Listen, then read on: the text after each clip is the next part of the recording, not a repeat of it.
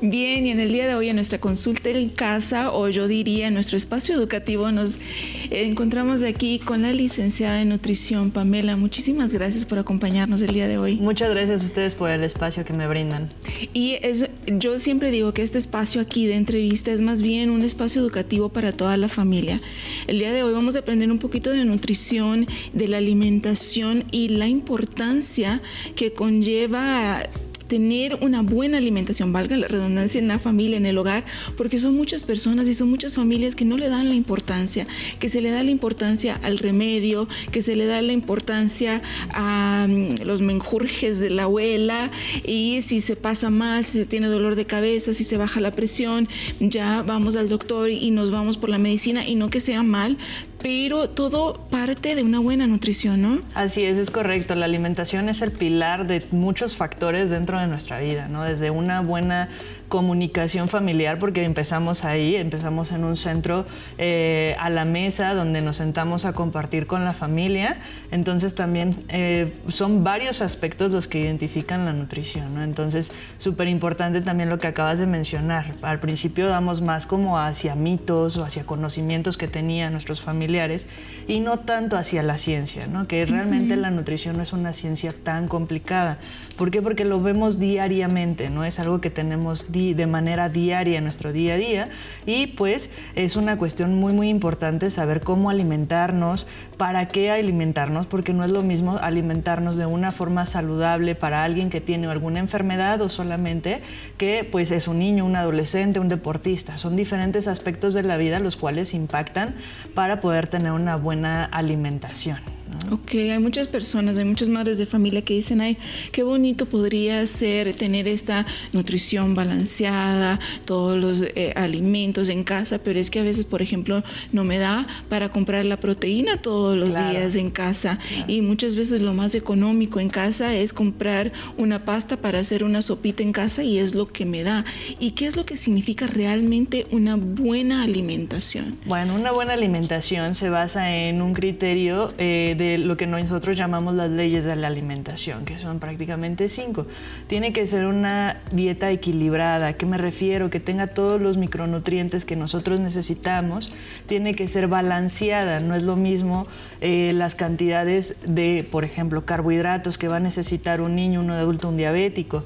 Tiene que ser inocua. Tiene que ser una alimentación que no me vaya a generar un mal a mi ser, ¿no? Que sea limpia, que esté desinfectada, y bueno, todos estos factores nos influyen dentro de la alimentación. Como bien lo mencionas, a veces creemos que tener una buena alimentación influye gastar demasiado dinero para poder tenerla, ¿no? Y sobre todo porque actualmente vemos en redes sociales recetas que traen muchísimas cosas de alimentos que a veces ni siquiera sabemos de dónde vienen, ¿no? Pero una buena alimentación podemos basarla en alimentos como granos, que podrían ser todos los cereales, alimentos que vienen de harinas. Me refiero al grupo de carbohidratos, por ejemplo, que va desde la tortilla, arroz, frijoles, que son alimentos de canasta básica y que rinden demasiado, ¿no?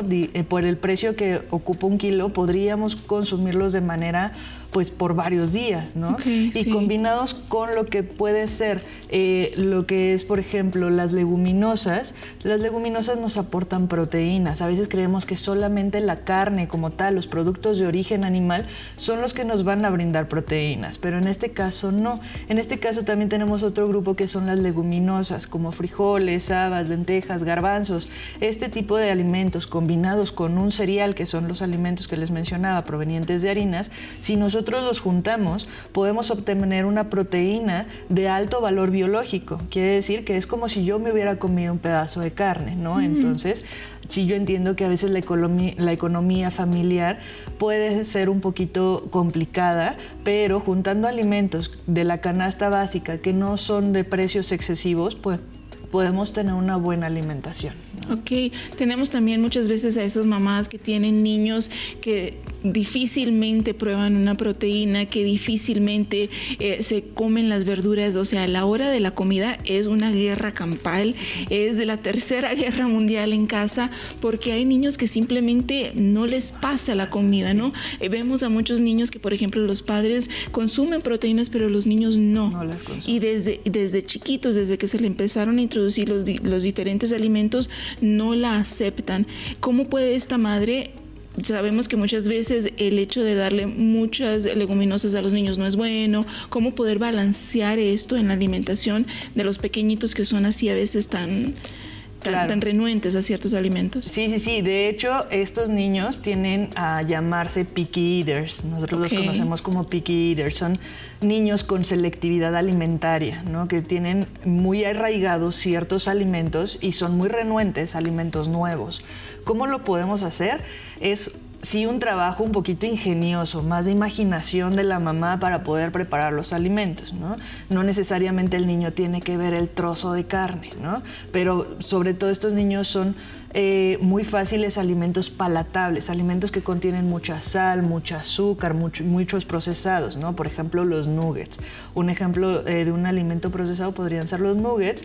Y, por ejemplo, tenemos ahí la imaginación de poder hacer, en lugar de una pechuga de pollo, podemos esa misma pechuga de pollo colocarla en la licuadora, colocarle lo que es la zanahoria, molerlo hasta que nos dé como una masita y ahora sí empanizarlo. Me va a dar la misma sensación de palatabilidad que necesitan los niños, pero el niño no sabe que dentro de ese nugget ya viene lo que le pude haber metido, que pudo haber sido zanahoria, pudo haber sido papa, pudo haber sido diferentes alimentos. Y entonces en un solo nuggetcito ya tengo verduras, ya tengo cereal y ya tengo producto de origen animal, ¿no? Entonces ya es un alimento completo, no procesado, hecho en casa y que el niño puede llegar a aceptar de más fácil, ¿no? Y negociarlo, ¿no? Y negociarlo, claro. Y aquí también entra un poquito la cuestión psicológica, ¿no? Digo, es una cuestión en ayuda psicológica también el jugar con el niño. Hay que ser muy cuidadosos de no restringir alimentos o no poner alimentos como premios, porque también eso hace que el niño vaya teniendo cierto como rechazo al alimento. Es decir, si no te lo comes, no hay tele. Si no te lo comes, no hay postre. No, en realidad no debería de funcionar así. El alimento no es un canje, el alimento lo tenemos de manera diaria. Por lo tanto, hay que tener cuidado de que el niño no vaya a generar más restricción hacia el alimento, ¿no? Importantísimo ese dato, ¿no? Porque ¿cuántos no son los papás que dicen, bueno, si te comes toda la comida, entonces hay postre? Exacto. Y si no, y te llevo a comprar un helado o te llevo a comprar una paleta, pero si no te lo comes, no hay nada de eso, ¿no? Sí, y eso es muy importante, justo para evitar que los niños sigan generando restricción alimentaria, ¿no? Entonces, que los niños aprendan que todos los alimentos son buenos y no hay alimentos más buenos que otros, ¿no? Es como me como el alimento malo para que me den uno bueno, pues tampoco funciona así. Y sobre todo en los niños es importante incluirlos en la preparación del alimento, ¿no? Sobre todo porque hay niños que me aceptan el espagueti, pero no me aceptan la pasta de codito. Y no sabemos que en realidad es lo mismo, solo cambia de figurita, ¿no? Entonces los niños es un poquito más de cuidado y involucrarlos en la preparación. Para ellos es más fácil saber qué se están comiendo a que solamente se lo pongas en el plato, en la mesa, ¿no? Ok, licenciada, ahora estamos hablando de los niños, pero también está la parte de los adolescentes, de los jóvenes, que ahora lastimosamente se están basando mucho en las redes sociales y lo que se ve en estas plataformas, y vemos a muchos jóvenes, incluso hemos visto videos que hacen ciertos memes que dicen, bueno, ¿y ahora qué voy a comer? Porque unos me dicen que el carbohidrato es malo, otros me dicen que la proteína es mala, otro me dice que demasiados cereales es malo, entonces en mi plato ya no hay nada, porque todo el mundo dice que todo es malo, y los jóvenes lastimosamente, en vez de buscar ayuda profesional, buscar un nutricionista, informarse de la manera correcta, se van guiando por estos videos, y ahí es donde empiezan las enfermedades alimentarias, ¿no? Sí, también, por ejemplo, en los adolescentes ahorita lo más importante, están en una etapa donde necesitan ellos desarrollarse también de manera social. Necesitamos generar sociabilidad. ¿Por qué? Porque ya están metidos mucho en lo que es el celular, el internet. Entonces necesitamos también hacer que crezcan de manera sociable, que se desarrollen en un entorno donde realicen actividad física, y eso me va a permitir, aunado a que busquen una buena alimentación, ¿no? Muchos pacientitos están llegando a edad de 16 a 20 años porque empiezan buscando una mejora en su cambio físico. Entonces empiezan a hacer el ejercicio, pero no ven cambios. Entonces es al final donde dicen, bueno, si no veo cambios con el gimnasio, voy a empezar a buscar un nutriólogo para que me asesore cómo puedo comer, ¿no? Y es súper importante también saber que no hay ningún alimento malo, ningún alimento bueno. Podemos comer de todo y tenemos que comer de todo. ¿Por qué? Porque cada uno de los alimentos que tenemos cumplen una función en sinergia con otro. Ejemplo, nuestro músculo necesita del carbohidrato para que la proteína pueda ingresar a ese músculo y pueda crecer el musculito. Si no hay carbohidrato, por más proteína que yo coma, ese músculo no va a poder crecer porque no está permitiendo que ingrese la proteína al músculo, ¿no? Entonces, tenemos que saber que no hay alimentos buenos, no hay alimentos malos. Sí necesitamos equilibrar nutrientes. Nutrientes me refiero a proteínas, carbohidratos y grasas para poder llegar a los objetivos que nosotros estamos buscando.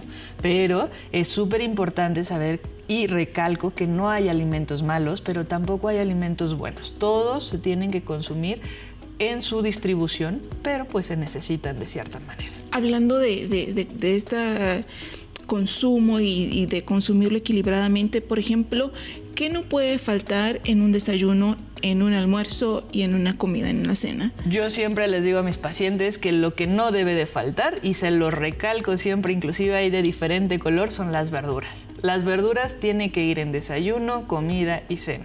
Inclusive hasta como colaciones son una buena opción porque es lo más fácil y práctico de tener en casita. Picado, zanahoria, jitomate, pepino, y es un muy buen snack, ¿no? Y aparte, bueno, en cada uno de los tiempos de comida nos va a dar fibras, nos va a aportar vitaminas y minerales, y también esto va a generar que me genere saciedad, porque ese es otro tema muy importante. Actualmente estamos viviendo en una sociedad que está alta en obesidad, sobrepeso, índices de obesidad y sobrepeso. Entonces, el que nosotros ingresemos verdura o fibra dentro de nuestro plato de alimentación va a hacer que nos genere saciedad y podamos comer las cantidades de proteína, de carbohidratos y de grasas que nos corresponden, pero con una mayor saciedad que me va a dar la fibra de la verdura. Va a hacer que me sienta más lleno y no esté buscando un pedacito más de carne, un pedacito más de pasta o de arroz o de algo que esté adicional, ¿no? Entonces, súper importante, las verduras no pueden faltar en ningún tiempo de comida.